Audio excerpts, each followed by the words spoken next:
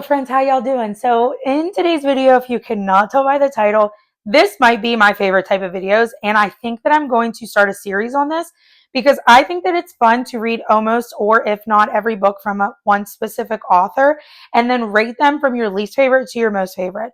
I personally, when I fall in love with an author, I fall in love with an author, and I already know the next one we're going to do it with, and I'm so excited because I get to go see her in June.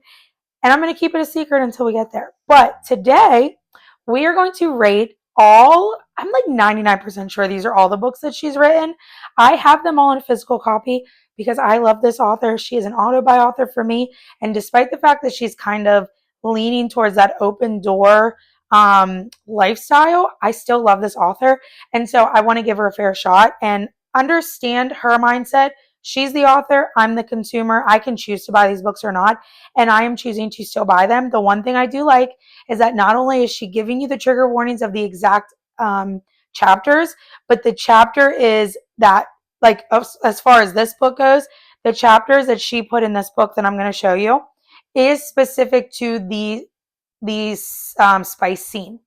That's it. There's no like depth in the chapter. I'm not going to be missing anything in the chapter. It's just the sex. And then that's it. That stops. So you don't lose anything by, skipping over that. And that I like.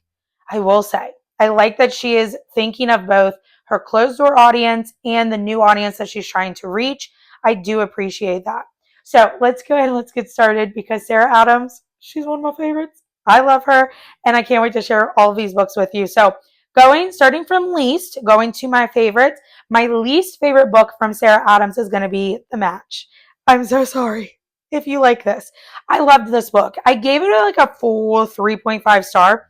I personally liked it. I thought it was a really cute story. I liked that they kind of bonded over the trauma that she goes through versus his daughter. I thought that it was a really good book, but it was boring, like really boring. And it wasn't until the end that picked up, like in the last, like there was like one chapter where so many things happened at one time and you were kind of like, what happened? Like, where has this been? I feel like the buildup was too slow, and then you get the pow and you're just kind of confused why it happened and where it came from. So this is my least favorite book.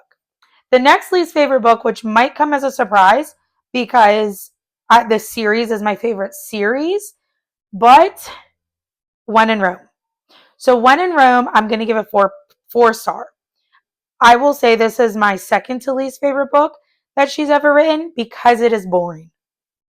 I'm sorry. It's almost like it's too goody two shoes. It was cute. I liked it. I feel like maybe a little bit more depth on Noah's side. Amelia I liked, but it was just a little boring for me. It wasn't like, it was a good book, but it wasn't crazy. It wasn't something I was like, I can't wait to reread this. So that's why it's my least favorite too. The next one that as we climb up to the top, sorry, is The Temporary Roomie. So I liked this book, but I read this book at a time when I did not like Enemies to Lovers. And so I think that I didn't give it a fair shot because I don't like Enemies to Lovers. But the more that I read Enemies to Lovers, the more that I'm falling in love with that trope. So I think I'm going to give this another try and reread it and kind of look at it from a new perspective of I'm enjoying this trope now. So let me see what I like about it. So we shall see. But as of now, it's a no. Will it change in the future? We shall see. Because I definitely want to reread this. I bought it to reread it because now like her books aren't available on what's it called? Her books aren't available on Kindle Unlimited now. So like you have to buy the physical. So this one I read on my Kindle and then kind of turned into something different.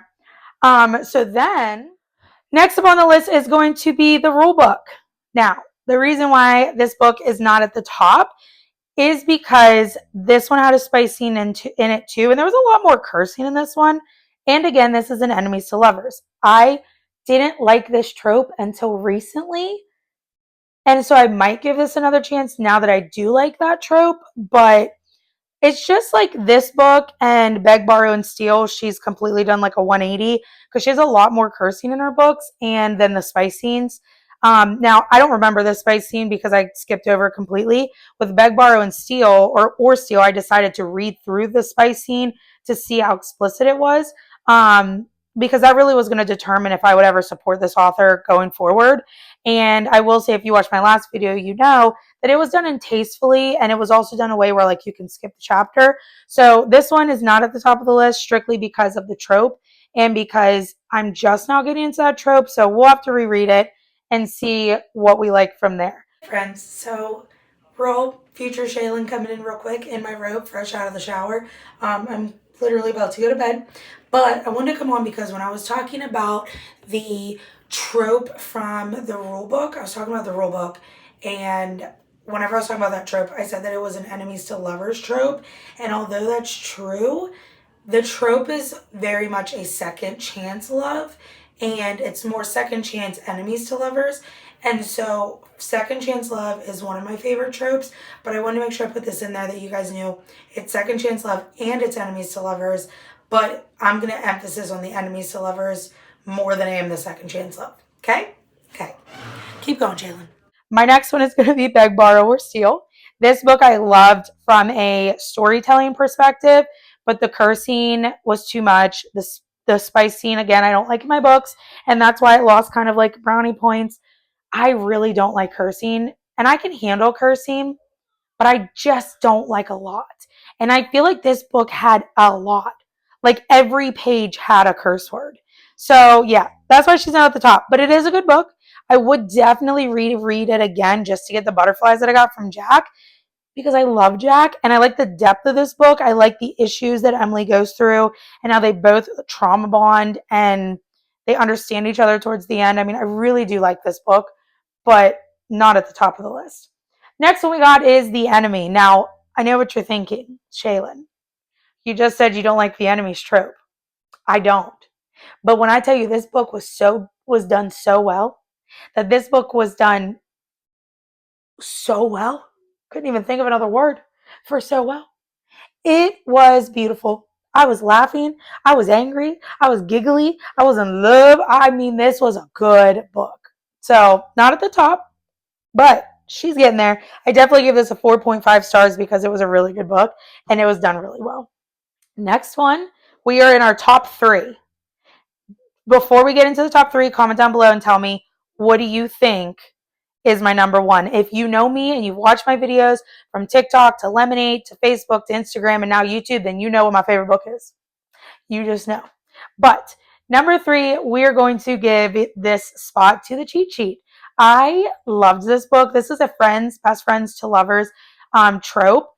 I gave this a 5-star. I absolutely fell in love. I'm not really I don't like football romance. I'm more of a hockey romance kind of girl, but this one did it for me in the football world. And I bought this one so that I could reread it. I loved how he wanted her to fall in love with him and the plan that he had for it. And this was a good book. This was a good book. I think, did I give it a 4.5? It was either 4.5 or a 5-star. This was a good book for me. And I plan to reread it because I loved it. I bought it in the the hard copy, the paperback, because again, you can't get them on Kindle anymore, but this was a good book. Good book. So top 1 or top 3. The next one is definitely going to number 2 spot. It's going to be held over to the Off Limits Rule. Now, if you have not read this, you need to read this. There is one trope that I love more than anything, and that is a brother's best friend, or like a sibling best friend. That's my favorite trope. That's the one that I get giddy for. And this one right here was just amazing. So it follows Lucy and what's his name? Was it Drew? Cooper. So Lucy is going through some things. She's living with her brother. She's had a rough time. She has a kid, and it's kind of her getting back on her feet. Her brother is a gynecologist, so he's well on his feet, and it's kind of like her trying to figure it out, get back up on the horse, do it for her and her son, and do it well. And so then she ends up meeting Cooper. Cooper is her brother's best friend. Off limits. He already knows. He's like, no. This one is just not it, because big protective older brother, and they sneak around, and it's such a good book. Highly recommend this one. This one doesn't get talked about enough, and I feel like it should, because this was a 5-star read for me, and I feel like people need to talk about this book. And she just came out with the revised. It's the revised and expanded version. So I'm excited to reread this. The other one that was revised and expanded was this one. The temporary roommate. So these two go together. So this one is Lucy and Cooper, and then this one is what was the girl's name? This is Jesse and Drew. Drew is Lucy's brother. So this follows Lucy and Cooper's story. This follows Drew and Jesse's story, and you got to read them together to find out. Okay, but this one, top tier. And then my last but not least, if you know me, you know, practice makes perfect. Holds my heart. Will always hold my heart. Will and Annie. I need like the rest of their life. Like I need another book about them. I quite literally am obsessed with Will. I love him. And if you just know the motel scene in this book, then you know why you love Will. I love him. And I love Annie. I love her. I love how it's like bad boy and like goody girl. And it's just a good book. And she wrote it so well. And the butterflies. I love this book. Love it. It was my favorite in the entire series so far. Now I am very expectant for Madison's story. But right now, this one is top tier for me. This one cannot be beat. I read it all the time. Well, I read it every few months. And I also just don't think there's another book that's like this. Sarah Adams, this is her best book she's written to date. To date. Okay? So anyways, that is all of the books from least to greatest, with my favorite being on top. Thank you guys so much for checking out this video. Thank you guys so much for being my friends. And stay tuned for the next one because we'll figure it out. We'll get there. Okay? Love you guys. Bye.